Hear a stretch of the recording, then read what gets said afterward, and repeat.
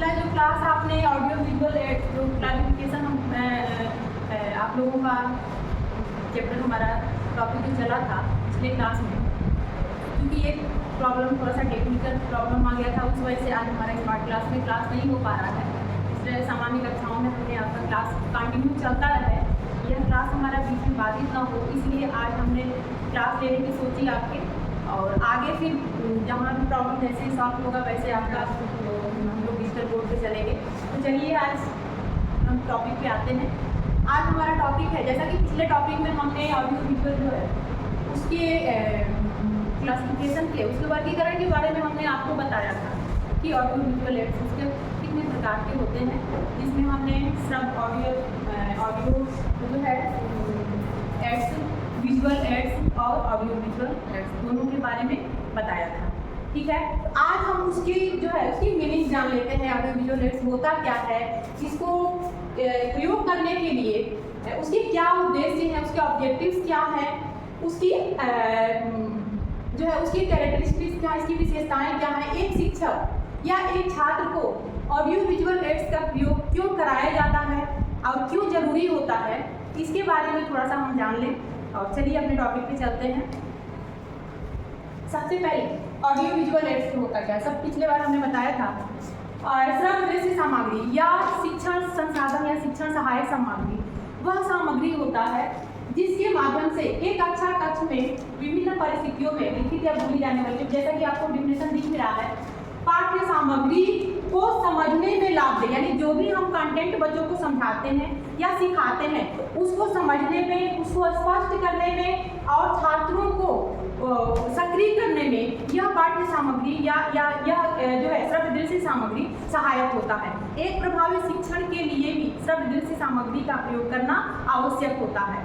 तो यह रहा, जैसे कि आपका इसी टेंट के अनुसार श्रव्य सामग्री देख लीजिएगा। श्रव्य सामग्री ऐसा सामग्री है जो कक्षा कक्ष में या अन्य परिस्थितियों में, शिक्षण कहीं भी हो सकता है, कक्षा सामान्य कक्षाओं में हो सकता है, बाहर जहाँ भी हो सकता है, जहाँ भी हम कर रहे हैं वहाँ पे अन्य परिस्थितियों में लिखित या बोले जाने वाली पाठ्य सामग्री को समझने में जो सहायक हो, जो उसमें कहीं ना कहीं आपको सहयोग करे पाठ्य सामग्री को समझने में, वह शिक्षण जो है शिक्षण सहायक सामग्री होता है या श्रव्य सामग्री होता है, इसको टीचिंग लर्निंग मटेरियल या ऑडियो विजुअल एड्स कहते हैं। ठीक है बच्चों, अब ये हो गया हमारा उसका मीनिंग या डिफिनेशन हो गया। अगला हम आते हैं ऑब्जेक्टिव्स पे।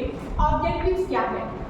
सबसे पहली बात अभी हमने बताया आपको, एक प्रभावशाली शिक्षण के लिए यह श्रव्य सामग्री शिक्षक और छात्र दोनों के लिए कहीं ना कहीं वो प्रभावशाली है, इफेक्टिव है। क्यों? क्योंकि एक शिक्षक को भी विषय वस्तु को समझाने में इस सामग्री के माध्यम से सरलता होती है, उसको आसानी होती है। और यहाँ पे क्योंकि हमारा श्रव्य सामग्री का प्रयोग करने का एक और उद्देश्य होता है, एक कक्षा कक्ष में विभिन्न प्रकार के छात्र होते हैं, उनके जो इंडिविजुअल डिफरेंस जो है वह अलग अलग उनके अंदर कैपेसिटी होती है, अलग अलग उनके अंदर कैरेक्टरिस्टिक्स होते हैं, विशेषताएं होती हैं, उनकी क्षमताएं होती हैं। इन सारे बच्चों के लिए यह शिक्षण सहायक सामग्री कहीं ना कहीं प्रभावशाली होता है, उपयोगी होता है। एक और बात, शिक्षण सहायक सामग्री का प्रयोग हम इस कॉन्सेप्ट पे भी करते हैं क्योंकि किसी ने कहा है कि शिक्षण में जब भी कोई भी चीज़, अगर एक छात्र या कोई भी व्यक्ति हम सुन के यानी ऑडियो के माध्यम से हम सीखने वाले जो संख्या है लोगों की, या ऑडियो के माध्यम से जितने लोग समझ पाते हैं उनका 30% ही है। और देखकर विजुअल जो देखकर हम हमारे सीखने की जो स्ट्रेंथ है, जो संख्या है, वह 65% है। और यानी कि जो 65% लोग ऐसे हैं जो देख के, किसी भी चीज़ को देख के उसका ज्ञान प्राप्त कर लेते हैं, वह आसानी से सीख जाते हैं। और 5% ऐसे हैं जिनको करके सिखाना पड़ता है और करके सीखने के बाद वह समझ पाते हैं। सामान्यतः लोग देख के ज़्यादा इफेक्टिव होता है, देख के ज़्यादा सीखते हैं। इसलिए भी अक्सर कक्षाओं में चार्ट या मॉडल या मैप या इस तरह के फिगर, चित्र, डायग्राम वगैरह का प्रयोग ब्लैक बोर्ड पे या जिसके भी माध्यम से किया जाता है शिक्षण में। तो ऐसे भी हम देख सकते हैं कि शिक्षण सहायक विजुअल हमारा ज़्यादा इफेक्टिव होता है, तो वहाँ पे छात्रों को दिखाने के लिए भी यह शिक्षण सहायक सामग्री शिक्षण में कहीं ना कहीं इफेक्टिव है, प्रभावशाली है। तो प्रभावशाली जो है इफेक्टिव बनाने के लिए शिक्षण सहायक सामग्री, पहला उद्देश्य है शिक्षण को इफेक्टिव बनाने के लिए, ठीक है।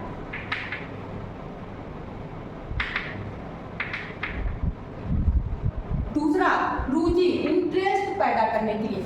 जब हम कोई भी चीज दिखाकर छात्रों को पढ़ाते हैं या समझाते हैं तो वह छात्र देखने के लिए ज्यादा तत्पर रहते हैं, उत्सुक रहते हैं। तो ऐसे जब वो छात्र किसी भी चीज को सीखने के लिए उत्सुक रहेगा तो जाहिर सी बात है उसको रुचि उत्पन्न होगी, उसका इंटरेस्ट जागेगा उस विषय की तरफ। तो यहाँ पे उसकी रोचकता को बढ़ाता है, रुचि को बढ़ाने के लिए भी, या कहीं ना कहीं उसके इंटरेस्ट को बढ़ाने के लिए भी, या जो है टीचिंग लर्निंग मटेरियल के वो भी कहीं ना कहीं उसके ऑब्जेक्टिव्स हैं, यानी रुचि उत्पन्न करना। दूसरा, मूर्त रूप देना। जो भी अमूर्त चीजें हम जैसे बता रहे हैं, कोई ऐसी विषय वस्तु जिसको हम मूर्त रूप में नहीं दिखा सकते, उसके मॉडल या उसकी फिगर या उसके चित्र, डायग्राम वगैरह या उसकी फिल्म, ऐसे पिक्चर्स दिखाकर हम छात्रों को वह उसके मूर्त रूप के बारे में दिखा देते हैं। और इस तरह से जो है आगे मूर्त से अमूर्त शिक्षण के जो भी आपके सूत्र हैं, यानी मूर्त चीजों को सामने जो प्रत्यक्ष चीज है वह देख के आप ज्यादा चीजों को समझ पाते हैं। और यहाँ पे छोटे बच्चों को अगर हम क्लास में जाते तो ज्यादातर मूर्त चीजें भी दिखाकर प्रयोग किए जाते हैं शिक्षण में। तो यहाँ मूर्त रूप, कोई भी ऐसी विषय वस्तु जिसका मूर्त रूप देने के लिए, जिसको प्रत्यक्ष दिखाने के लिए भी यह सामग्री कहीं ना कहीं उपयोगी है। विषय वस्तु को सरल बनाने के लिए, सरल यानी कि आसान बनाने के लिए, क्योंकि यह सामग्री अगर हम दिखाते हैं तो कहीं ना कहीं वह आसान हो जाता है छात्रों के लिए। छात्रों का अटेंशन अपने विषय की तरफ करने के लिए, यानी ध्यान केंद्रित करने के लिए। अभी हमने बताया प्रभावशाली शिक्षण के लिए जब कोई चीज दिखाते हैं तो बच्चों का ध्यान उसकी तरफ आता है। इस तरह उनके ध्यान जो है उनका जो है उनकी ध्यान को अपने विषय वस्तु में लगाने के लिए, विषय से जोड़ने के लिए भी इन सारे सामग्रियों का प्रयोग किया जाता है। क्रियाशील, देखिए जो भी ऑडियो विजुअल एड्स होते हैं यह हमारे इंद्रियों को सक्रिय करते हैं, हमारे सेंसेस को सक्रिय करते हैं, वह क्रियाशील करते हैं, एक्टिव करते हैं। तो इससे हमारी इंद्रियां जो होती हैं वह क्रियाशील हो जाती हैं। हम देखते हैं, सुनते हैं और उसको समझ सकते हैं, उसको छू सकते हैं, उस मॉडल को देख के हम सारी उसकी चीज़ों को स्पष्ट कर सकते हैं, है ना। तो यह छात्रों के लिए भी कहीं ना कहीं, अब कोई भी शिक्षण प्रक्रिया में जब भी हम टीचिंग प्रोसेस की बात करते हैं तो वहाँ पे सक्रियता, वहाँ पे क्रियाशीलता सबसे ज़्यादा जरूरी होता है, सिर्फ शिक्षक का ही नहीं छात्रों की भी, क्योंकि दोनों के कम्युनिकेशन से एक शिक्षण प्रक्रिया में जितना उपयोगी छात्र का होता है उतना ही शिक्षक का। और उसके आगे अब पाठ्यक्रम तो हमारा उद्देश्य है जिसको हमें पूरा करना है, उस उद्देश्य को पूरा करने के लिए कहीं ना कहीं क्रियाशील होना भी जरूरी है, एक्टिव जो है होना भी जरूरी है। इसलिए एक्टिविटी बेस्ड जो है यह अधिगम होता है, या टीचिंग लर्निंग जो मटेरियल का प्रयोग करके भी हम अधिगम करा सकते हैं, लर्निंग करा सकते हैं। कौशल विकसित करते हैं, जब भी इस तरह के मटेरियल, इस तरह की सामग्री जब हम बना के लाते हैं उसमें विभिन्न कौशल की हमारे स्किल भी डेवलप होते हैं, उसको प्रयोग करने का, उसको चलाने का, उसकी जो है विभिन्न बनाने का, इन सारे जो है कौशलों का विकास भी इसके माध्यम से होता है। इस तरह से जो इसके ऑब्जेक्टिव हैं, सृजनात्मकता, यहाँ पे देखिए क्रिएटिविटी, छात्रों के अंदर ऐसी सामग्रियों को बनाने के लिए या उसको देखने, उसको समझकर वैसे मटेरियल तैयार करने में कहीं ना कहीं उनकी जो है क्रिएटिविटी की को विकास किया जाता है, उनकी क्रिएटिविटी निकल के आती है, सृजनात्मकता का विकास होता है। अमूर्त तत्वों को सरल और मूर्त बनाने में भी सहयोग होता है, अभी हमने बताया, मूर्त रूप देने के लिए, और रोचकता यानी रुचि, इंटरेस्ट उत्पन्न करने के लिए। यह उद्देश्य हो गया, ऑब्जेक्टिव्स हो गए हमारे, जिन ऑब्जेक्टिव्स का प्रयोग हम इन शिक्षण सहायक सामग्री का प्रयोग करने के लिए, इन सारे उद्देश्यों का उद्देश्यों को प्राप्त करने के लिए हम इसका प्रयोग करते हैं। अगला हम आते हैं इसके सिद्धांत या उसके प्रिंसिपल्स कह सकते हैं, या इसमें हम सावधानियां भी कह सकते हैं कि क्या सावधानियां बरतनी चाहिए। तो एक शिक्षण सहायक सामग्री का प्रयोग करते समय सबसे पहले उसकी तैयारी पे विशेष ध्यान देना चाहिए, उसका हम प्रिपरेशन कैसे करें, उसकी हम प्लानिंग कैसे करें, क्योंकि ऐसे मटेरियल हम ऑडियो या विजुअल या जो भी ऑडियो विजुअल एड्स लेते हैं उसकी पहले से सेटिंग करनी पड़ती है। उस तरह के मटेरियल अगर जैसा प्रयोग करे जाए वैसे उसकी तैयारी भी हमें करनी पड़ती है। तो पहले हमारी तैयारी जो है पूरी उसकी संसाधन के अनुसार होनी चाहिए कि हमारे पास क्या चीज़ें उपलब्ध हैं, उसके अनुसार हमारी तैयारी हो। तैयारी के साथ ही हमारे चयन हो, जो भी हम उसको चुनाव करते हैं वह हमारे विषय वस्तु के अकॉर्डिंग है कि नहीं, वह हमारे कक्षा के अनुरूप है कि नहीं, बच्चों के स्तर के अनुरूप, इसको ध्यान में रखते हुए उसका चयन करना चाहिए। जब भी हमारा इस तरह के मटेरियल जब तैयार करते हैं या छात्रों के सामने प्रस्तुत करते हैं, उस मटेरियल प्रस्तुत करते समय उसके प्रस्तुतिकरण पर भी कि इसको कैसे प्रयोग करना है, कहाँ पे हमें प्रेजेंट करना है, बच्चों को कहाँ पे दिखाना है, इसका भी ध्यान रखना चाहिए। और इस सिद्धांत को भी तभी हमारा जाके जो ऑडियो विजुअल एड्स है या जो भी टीचिंग लर्निंग मटेरियल है वो इफेक्टिव हो पाएगा, वो प्रभावी हो पाएगा। उसके लिए प्रस्तुतिकरण पर विशेष ध्यान देना पड़ेगा। अगला है अनुक्रिया। जो भी अनुक्रिया कर रहे हैं उसको कितनी बार हमें दिखा रहे हैं, कैसे उसको हम, और छात्रों का रिस्पॉन्स उस पर क्या आ रहा है, इन बातों का भी ध्यान रखना जरूरी है। और जो हमारा भौतिक संसाधन है, उन संसाधनों की उपलब्धता क्या है और उपलब्धता के साथ ही उस पर कंट्रोल हमारा कितना है, इनकम कंट्रोलिंग पावर भी अपना उस पर वह भी होना चाहिए कि उसमें संसाधन हमें वहाँ पे मौजूद हैं कि नहीं, और उन संसाधनों का प्रयोग कर रहे हैं तो उस पर हम कंट्रोल कब कहाँ करना है वो कंट्रोल कर पा रहे थे, यह भी कहीं ना कहीं जरूरी है। इस तरह से हमारे ये जो है सिद्धांत हो गए, ये जो मैंने 5 सिद्धांत आपको बताए हैं, तो आपके उद्देश्य, ऑब्जेक्टिव्स और सिद्धांत हो गए। अब अगला हम आते हैं टीचिंग लर्निंग जो मटेरियल है, ऑडियो विजुअल एड्स है, इसकी विशेषताओं पे, इसके क्या कैरेक्टरिस्टिक्स होते हैं, इसके क्या इसके गुण हैं, क्या इसके मेरिट्स हैं, क्या इसके जो है खूबियाँ हैं जिसकी वजह से इसका प्रयोग करते हैं हम कक्षाओं में, या आवश्यक बताया गया है जो भी छात्र हैं ऐसे जो प्रशिक्षक हैं। तो हम अब विशेषताएं या गुण पे आते हैं, उसके लाभ पे आते हैं कि क्यों इसका प्रयोग करते हैं, इसकी क्या कैरेक्टरिस्टिक्स है, इसकी क्या विशेषताएं हैं। तो अगली बात पे चलिए। सबसे पहली बात, जो यह हमारा TLM होता है, यह इससे हमारा इंटरेस्ट, हमारा अभी हमने बताया रुचि उत्पन्न होती है, यह विषय को रोचकर बनाता है, विषय को इंटरेस्टिंग बनाता है, विषय को छात्रों की रुचि उत्पन्न करने में कहीं ना कहीं प्रभावशाली होता है। यह इंटरेस्ट पैदा करने में, उसमें रुचि उत्पन्न करने में पहली बात यह कारगर है, यह इसकी पहली विशेषता है। दूसरी बात, जब हम इस तरह की चीज़ों का निर्माण करके शिक्षण कार्य करते हैं, यह हमारे समय, श्रम, यानी कि हमारे समय और श्रम को भी कहीं ना कहीं कम कर देता है, तो यह मितव्ययी होता है।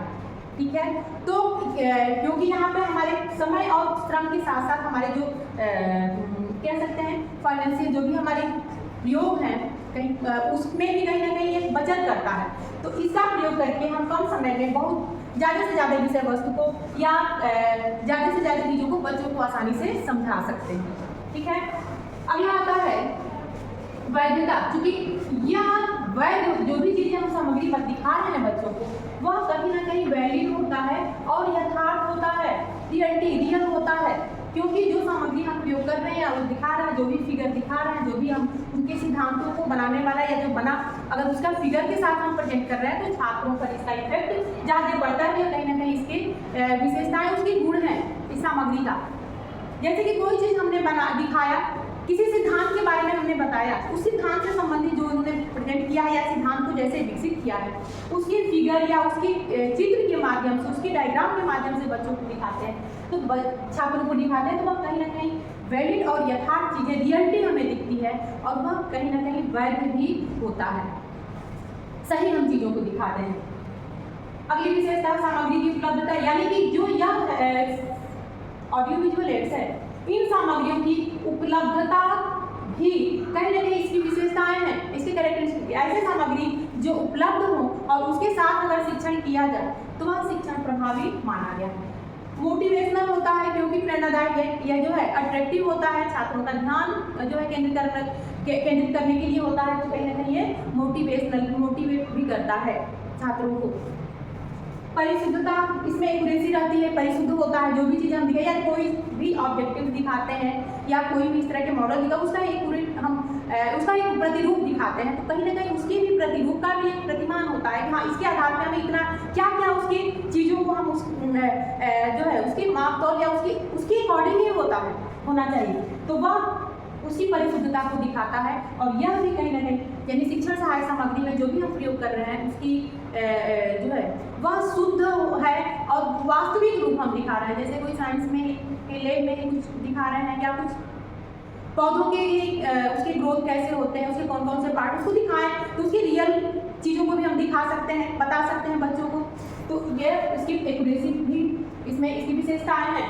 संबद्धता, या हम विषय वस्तु जब पढ़ाते हैं तो उससे हमारा जो भी कंटेंट है उससे हमें जोड़ने का, एक विषय से दूसरे विषय में जाने के लिए हम उसमें भी इसका प्रयोग करते हैं। यह जोड़ने का भी कार्य करता है और शिक्षक और छात्र दोनों को कहीं ना कहीं कम्युनिकेशन में भी, कहीं ना कहीं जो संप्रेषण में भी ये जोड़ने का कार्य करता है। ये भी इसके कैरेक्टरिस्टिक्स हो सकते हैं।